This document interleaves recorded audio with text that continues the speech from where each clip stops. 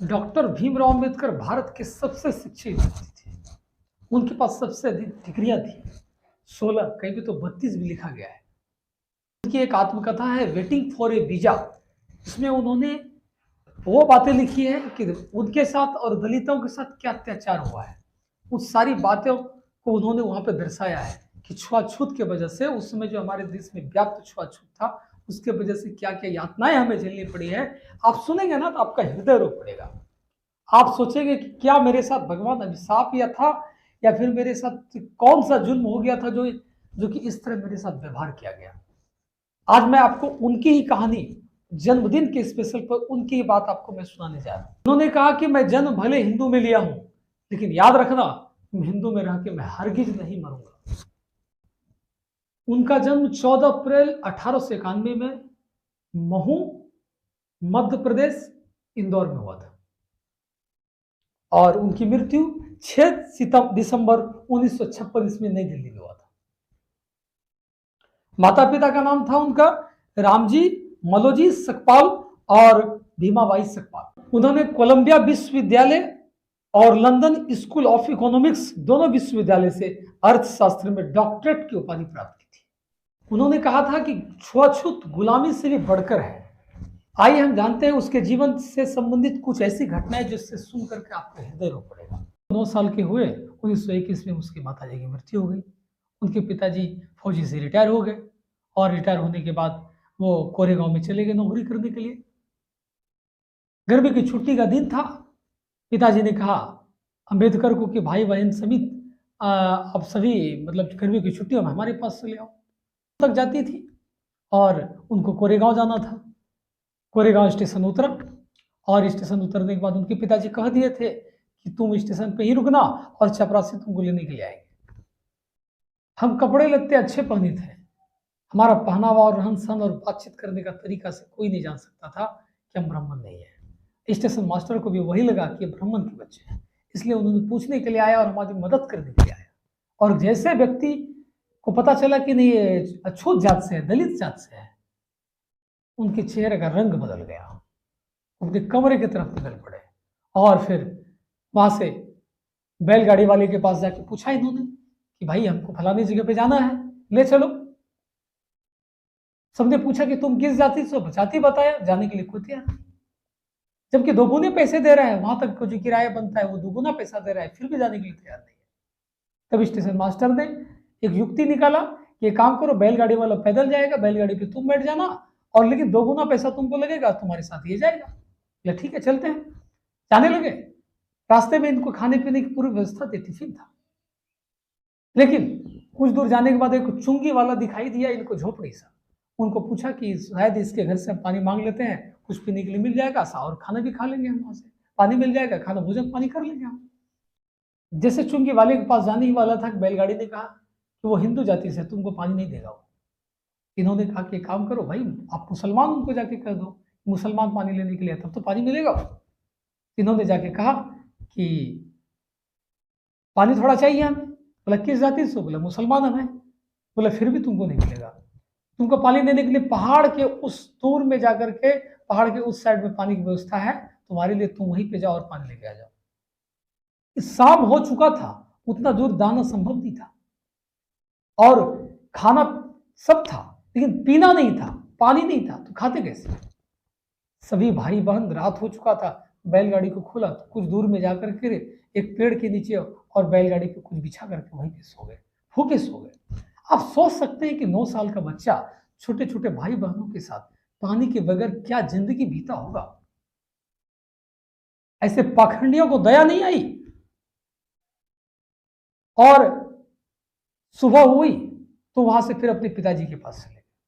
जब ये स्कूल में पढ़ते थे, इसको एक कोने में बिठा दिया जाता था और कोने में बोरे भी बिठाया जाता था। पानी की कोई व्यवस्था नहीं।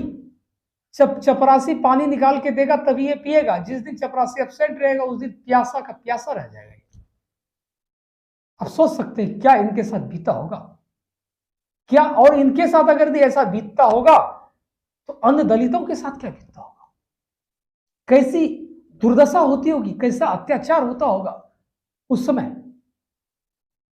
और इनका जो बोरा था, थर्ड क्वालिटी के, फोर्थ क्वालिटी के जो वो चपरासी थे, फोर्थ क्वालिटी के, वो भी इनके बोरे को छूते तक नहीं थे। कोई आग तो नहीं था जो कि छूते तुम लोग जल जाते। और उसके बाद पुनः जब इन्होंने पढ़ाई लिखाई करके लंदन से वापस आया तो यहां आने के बाद उनको कहीं कमरा नहीं मिलने लगा।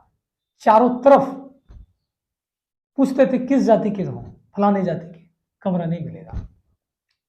बड़ौदा में कहीं कमरा मिला भी तो एक छोटा सा कमरा मिला, अंधेरा कूप, जो रहने लायक नहीं है। नाई उसका बाल तक नहीं काटता था, धोबी उसका कपड़ा तक नहीं धोता था। बात क्या था, कौन सा गुना था जो इस तरह के? इनके बाद दलितों को उनके पास एक चिट्ठी आया कि पहाड़ में चवादार तालाब है, वहां से पानी पीने नहीं दिया जाता है, और कुछ पी भी लिए हैं तो पूरे गांव के दलितों को बहुत मारा है और घर भी जला दिया, बस्तियां जला दिया गया है। इन्होंने निश्चय लिया कि उस तालाब का पानी पी के हम दिखाएंगे। 1000 समर्थकों के साथ खुद उस तालाब तक पहुंच गए और सत्याग्रह वहां पे किए इन्होंने, और सत्याग्रह करके उस तालाब का पानी अपने हाथों से उठा के पिया इन्होंने। और कुछ उसके बाद कुछ अग्रिम जाति के लोगों ने उन पे केस कर दिया, ये तालाब पे मेरा अधिकार है। 10 साल के बाद उस तालाब का केस फिर दलितों ने ही जीता कि दलितों का ये तालाब है। मतलब दलितों के तालाब को भी हत्या दिए थे, पानी तक की व्यवस्था नहीं थी। कितना तड़पाया इन लोगों ने, आप सोच सकते हैं। जब दलितों ने उस तालाब का पानी पिया, पानी पी के चले गए, कुछ दिन के बाद उस तालाब का शुद्धिकरण किया गया, पंच अमृत डाल करके, पंचगव्य अमृत डाल करके, शहद, दही, दूध, घी डाल के उसका शुद्धिकरण उस तालाब का किया। घड़ा का घड़ा, उसमें घी डाला गया, दही डाला गया, दूध डाला गया, उसको शुद्ध किया गया। अरे छूत तो तुम थे, वो थोड़ी थे। जो मनुष्य से प्रेम नहीं करता है वो पाखंड नहीं तो और क्या है, वो धर्म थोड़ी करता है।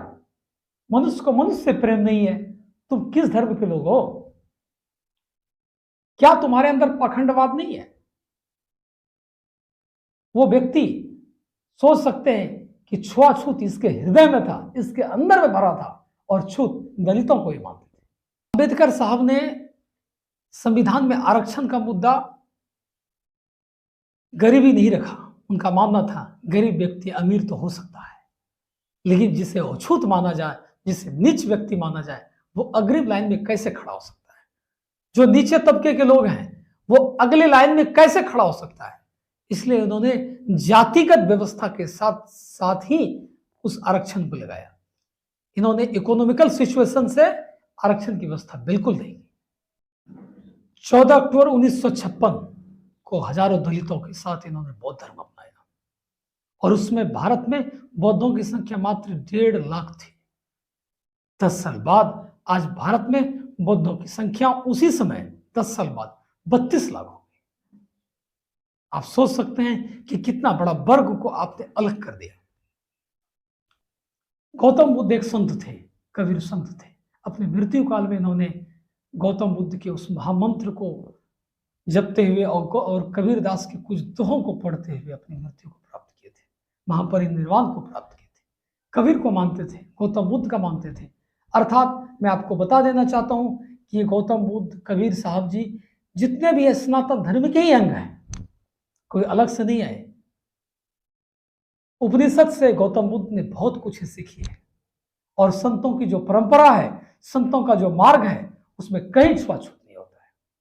इसलिए संतों के मार्ग की तरफ आप चले, हम चले, सब चले संतों की तरफ।